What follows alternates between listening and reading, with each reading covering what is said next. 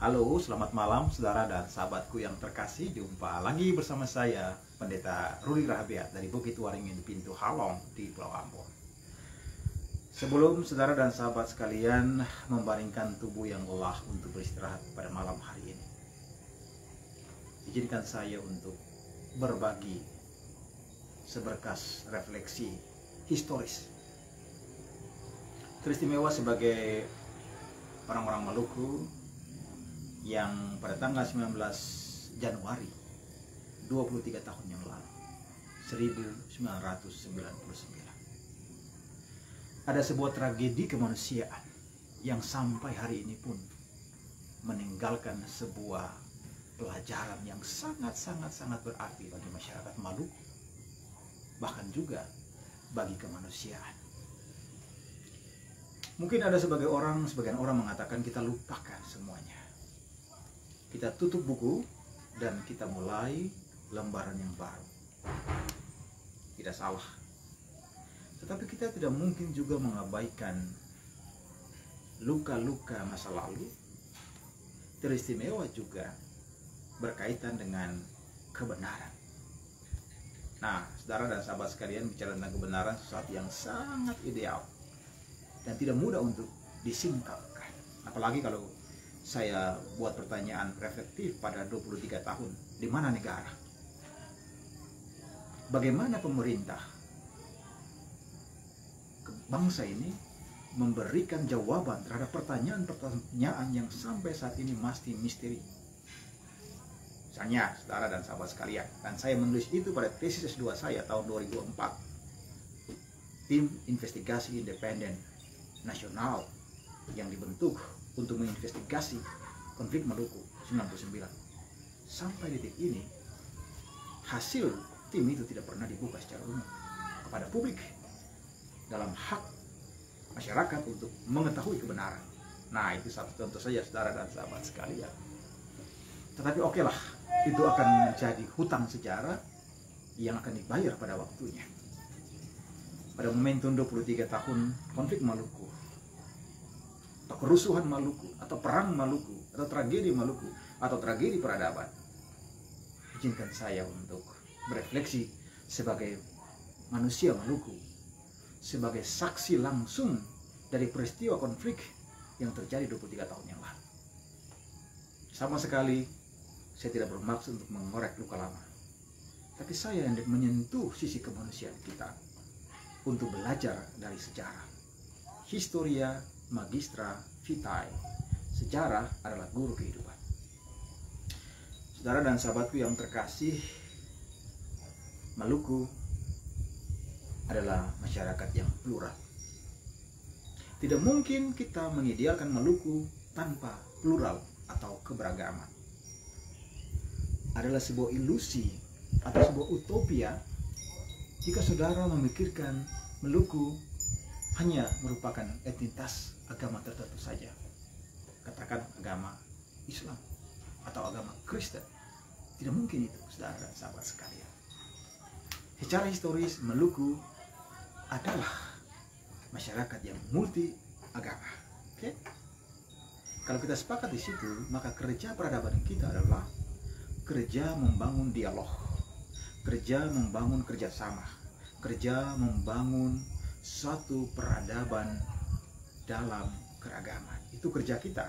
Teristimewa kerjasama antar agama. Pertanyaannya hari ini adalah, sudah sejauh mana kita merajut, kita membatinkan, dan kita menghidupi sebuah cara hidup beragama yang menerima perbedaan dan menjadikan perbedaan sebagai kekayaan dan mengolahnya secara bersama-sama untuk kemaslahatan bersama.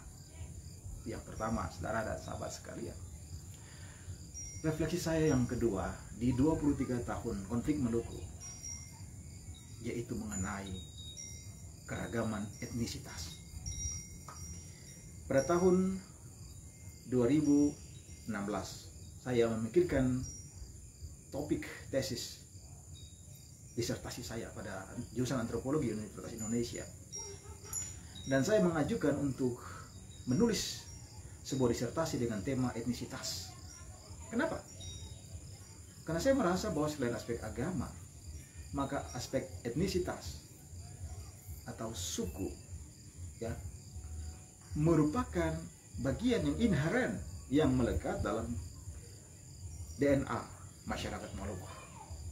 Oleh sebab itu saya menulis disertasi, dan puji Tuhan saya bisa menyelesaikan disertasi itu dan mempertanggungjawabkannya kepada forum ujian disertasi itu dengan mengambil isu atau menyebut tema tentang interethnic relation, relasi antar etnik teristimewa antara etnik Ambon dan Bugis. Nah, saudara dan sahabat sekalian, orang berkata, kenapa kamu tidak meneliti kebudayaan Maluku asli, tetapi kamu meneliti kebudayaan Bugis? Saya mengatakan, no. Kebudayaan Maluku itu apa, saudara dan sahabat sekalian?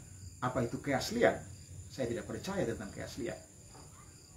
Yang saya percaya adalah sebuah konstruksi hibriditas, sebuah persilangan kebudayaan, sebuah melting pot, di mana terjadi pertukaran antar kebudayaan, pertukaran antar etnis yang berlangsung dalam sebuah sejarah yang panjang. Itu posisi saya, saudara dan sahabat sekalian, dan oleh sebab itu saya melakukan penelitian tentang etnis Bugis sebagai pintu masuk untuk melihat secara teoretik relasi-relasi antar etnik di Maluku, saudara dan sahabat sekalian. Kalau saudara dan sahabat sekalian menjelajah penelitian-penelitian antropologi terkini tentang isu etnisitas, maka saya akan mengatakan ada beberapa penelitian pada level disertasi yang menyentuh isu etnisitas di Maluku. Saya sebutkan beberapa ya, saudara dan sahabat sekalian, sekedar berbagi dalam refleksi ini, saudara. Yang pertama, saudara saya, sahabat saya, Hatif Kadir, menulis disertasi tentang orang Buton di Maluku. Dia menyelesaikan disertasi antropologi pada salah satu universitas di Amerika Serikat. Saudara tahu tentang orang Buton? Sebuah etnis yang ratusan tahun telah ada di Maluku dan terus berada di Maluku sebagai bagian dari Maluku. Yang kedua, senior saya namanya Ikhtiar Hatta. Dia juga menyelesaikan satu disertasi antropologi di Universitas Indonesia tentang orang Arab di Kepulauan Maluku. Kali ini dia meneliti di Provinsi Maluku dan Maluku Utara, khususnya di Ternate. Dia meneliti tentang sejarah teristimewa ada satu kaum yang disebut kaum Awin, dan bagaimana eksistensi etnis Arab di Maluku. Demikian juga ada yang meneliti tentang orang Jawa di Maluku, seperti adik saya yang bernama Jafar Tupan. Dia sedang menyelesaikan disertasinya pada Universitas Kristen Satya-Wacana Salatiga tentang orang Jawa di Maluku, khususnya di Maluku Tengah, lebih khusus lagi di Pulau Serak. Nah, dan juga ada beberapa tulisan yang mencoba mengeksplorasi tentang keberadaan orang Tionghoa atau orang Cina di Maluku. Antara lain tulisan dari rekan saya, Pendeta Elifas Masvetela, yang kini menjadi Ketua Sinode GPM, yang menulis satu chapter tentang historisitas dan keberadaan orang Tionghoa di Maluku dan lain sebagainya. Poin saya tentang etnisitas adalah bagaimana kita merajut relasi antar etnis yang fungsional pada masyarakat Maluku yang plural. Nah, saudara dan sahabat sekalian, dalam refleksi 23 tahun konflik Maluku ini, saya hanya meng-highlight satu isu, yaitu merajut ikatan relasi antar etnis di Maluku. Tidak ada pilihan lain, saudara dan sahabat sekalian. Maluku adalah wilayah plural. Hilangkanlah obsesi Anda untuk berbicara tentang keaslian. Tetapi mari kita melihat tentang arah sejarah Maluku ke depan. Bahwa kita hidup bersama dengan orang lain. Kita saling memahami. Orang-orang Maluku atau orang-orang Ambon akan memahami para migran, Bugis, Makassar, Buton, Jawa, Tionghoa, dan sebagainya. Sebaliknya, saudara-saudara kita yang kita sebut sebagai migran atau pendatang juga akan memahami kebudayaan setempat. Seperti peribahasa tua, di mana bumi dipijak, di situ langit dijunjung. Kita akan saling belajar untuk membangun peradaban Maluku baru yang lebih humanis, yang lebih inklusif, yang lebih toleran, dan yang lebih damai. Demikian saudara dan sahabatku yang terkasih, refleksi saya di 23 tahun. Tentu saja saya berdoa semoga kita selalu mengambil hikmah dari pelajaran di masa lalu, dan kita belajar juga untuk berbesar hati memberikan pengampunan atau pemaafan. Tetapi pada saat yang bersama kita tetap harus menegakkan kebenaran dan keadilan. Terima kasih saudara dan sahabatku. Selamat malam. Tuhan memberkati.